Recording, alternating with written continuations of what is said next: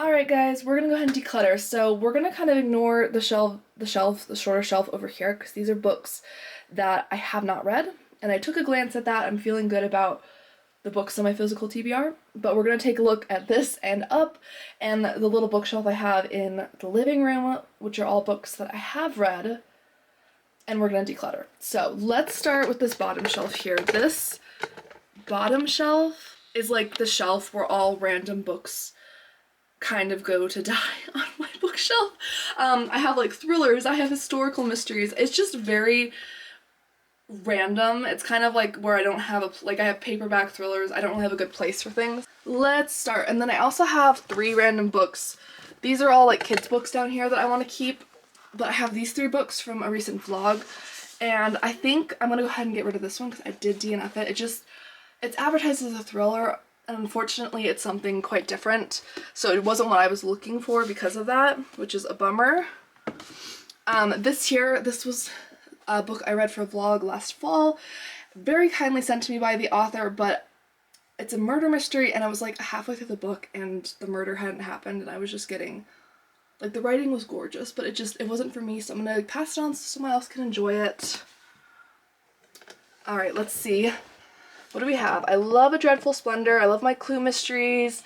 I love my historical fiction mysteries from Patricia Meredith. Love Murder on the Orient Express. I feel like I can pass this on. It's definitely one I enjoy, but I don't feel like it brings me like a ton of joy having it on my shelf. Like it was a good book. I might recommend it in future videos, but I can pop a picture on screen. Like this. And I also just want to say for the record that if anyone is watching this, whether you're family or, you know, someone, a subscriber or something, and I'm like decluttering anything that maybe you gave me, I so appreciate it.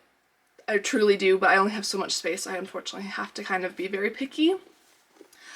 This book here, loved it. Fantastic series. I have book 1 on a higher shelf, and I'm just going to keep that one because I don't feel like I need to keep this one.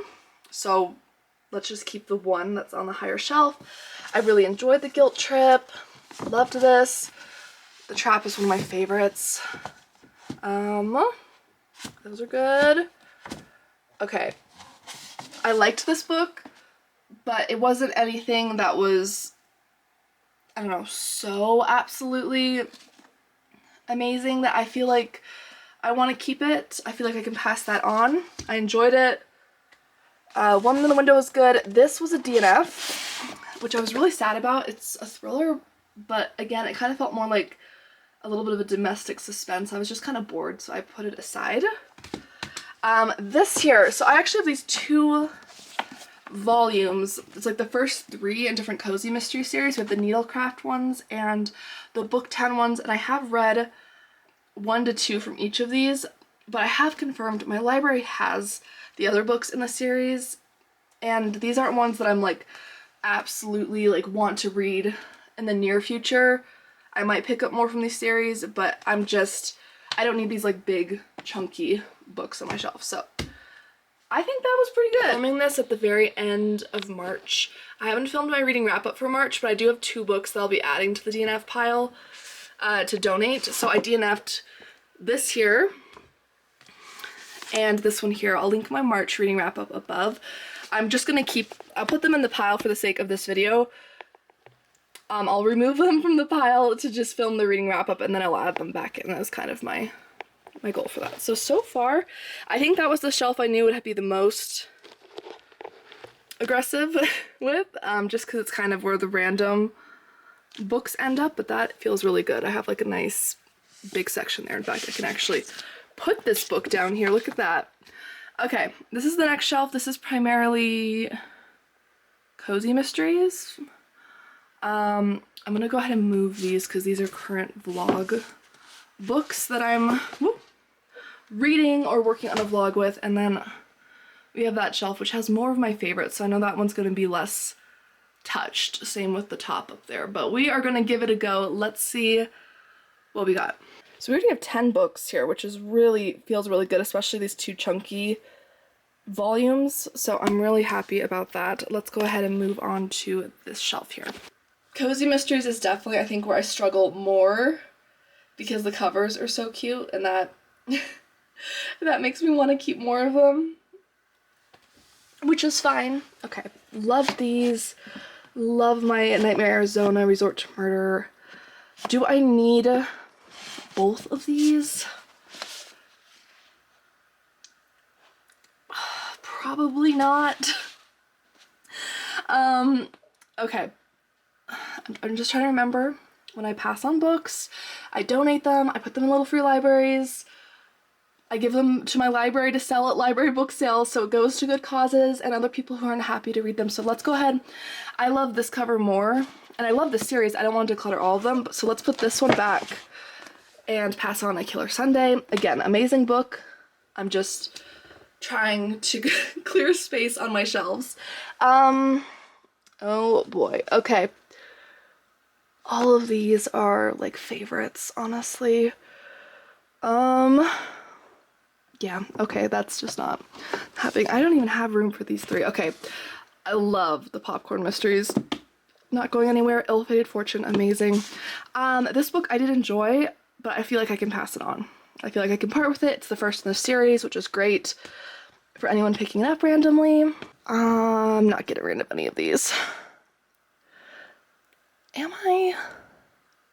Do I need both of the pizza shop? Yeah, okay, we're gonna leave it. It's good. It's good. I will organize those back in. Okay, so we got rid of 2 books on that shelf. I knew that one was gonna be harder, but let's go ahead and take a look at the other cozy mystery shelf. I love this book. It's a fantastic book. Great series, but I did purchase books 2 and 3, which are on my physical TBR cart. I'm very excited to read them. I don't think I need to keep book 1. I think I can move on with that. I love, these are like favorites. No, I can't. I can't get rid of these. Okay. Love the Lazy Bones bookshop. I mean, look at this cover. Like, look at that. That was also my first Patreon book club pick, so it's just extra, like, special, so that's not going. I love this series. It's over, but I love it. I love the Tiora Moody series. Yes, okay, I don't think I'm gonna get rid of anything in here. Let's take a quick look down here. Yeah, I feel like all of these are books that I truly love. They're books that I pull a lot to recommend. I think I can get rid of this book. This is the second in the Gladdy Gold Mystery Series. I have the first one still here, so I'm gonna get rid of this one. Yeah, that's just, like I said, these are like some of my all-time favorite cozies, so I didn't expect that to be a very intensive declutter.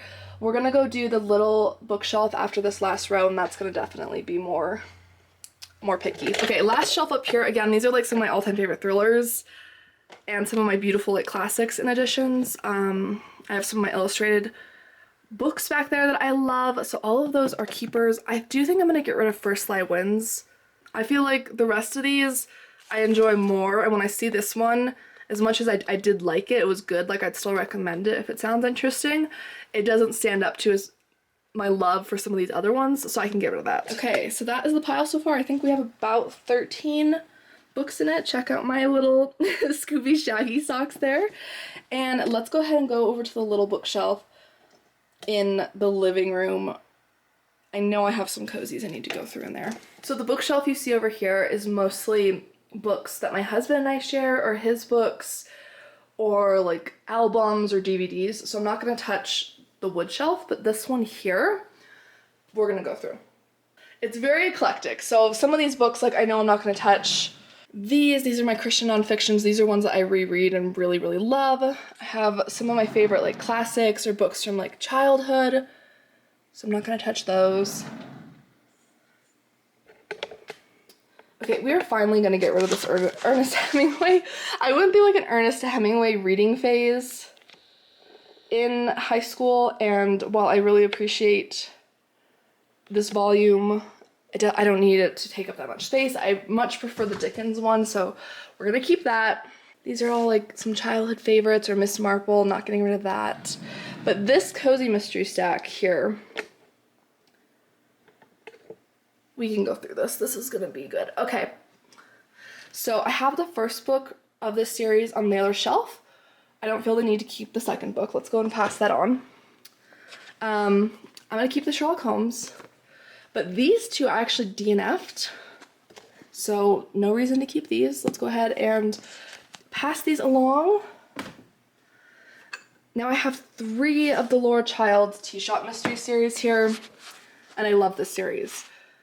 But do I need 3? I feel like let me keep these 2, the Jasmine Moon Murder and Shades of Earl Grey, and I can pass on book 1 to someone who can appreciate it. And these 2 are my favorite covers of the 3 I own, so let's pass on this one. I absolutely love the True Confection series by Sarah Fox. I have both of those in the stack, not getting rid of those. The Diva Runs Out of Time is great. Misfortune Cookie by Vivian Chien, I love it. But I do have quite a few of the Noodle Shop. Okay, but I love it. I'm gonna keep it up. That's just, I'll keep Dying for Devil's Food. Yeah, so these are all keepers. But we did lighten that pile by 4 books. So I feel like that is a success. There's now some room that I can actually put some of those cozy mysteries back on. So that's 5 books down from this spinner bookshelf thing. I'm just trying to see if there's anything else.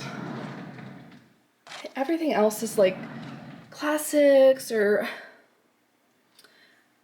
Yeah, these are some of my... I love the Bronte sisters. I have some of my classic like mysteries like Agatha Christie down here that I really enjoy. Oh, you know what? I have been saying I was going to read this for like ever. I have had this since I think the start of my channel.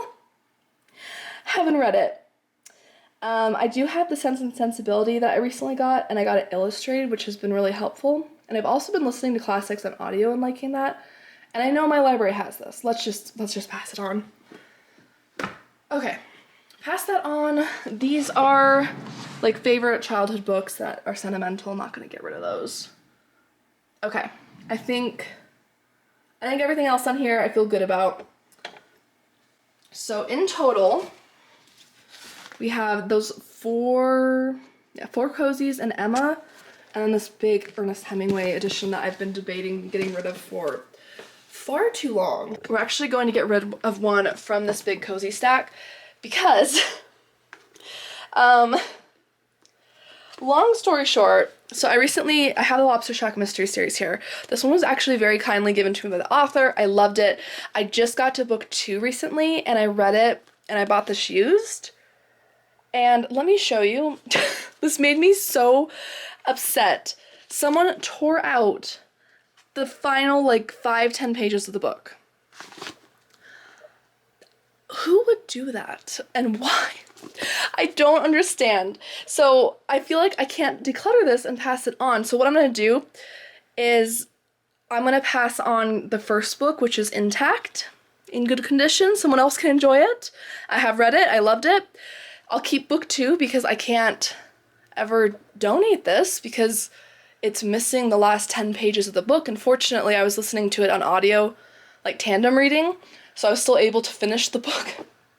But have you guys ever had that where you bought a book used and like pages were torn out? 'Cause I have never had that, and I buy most of my books used. So I don't know. Anyways, we're gonna go ahead and pass on this book because it is intact against the claw up here instead. That way I can still have a reminder and like a visual cue for that series because I really enjoy it without actually do anything about the final pages of that are missing, which is driving me crazy. Okay, so we have 22 books. I think for an under 20-minute declutter, 20 books is incredible, especially because 3 of these are like big, chunky, multiple book editions within one book. So they're they take up a lot of room. And yeah, I'm feeling really, really excited. So I'm gonna go ahead and I might do a little free library. I like save a box in my house of books, and when it gets full enough, I'll go out and do like a big little free library dump or donate some to Goodwill, the library, etc. Or just ask friends and family too if there's anything that they want to take first. So yeah, this is my declutter stack. I'm gonna go ahead and donate probably most of these to the library book sale because the funds go back to library programs, which I think is so awesome. And I feel really good about this. Like, it's nice to have more gaps on my shelf.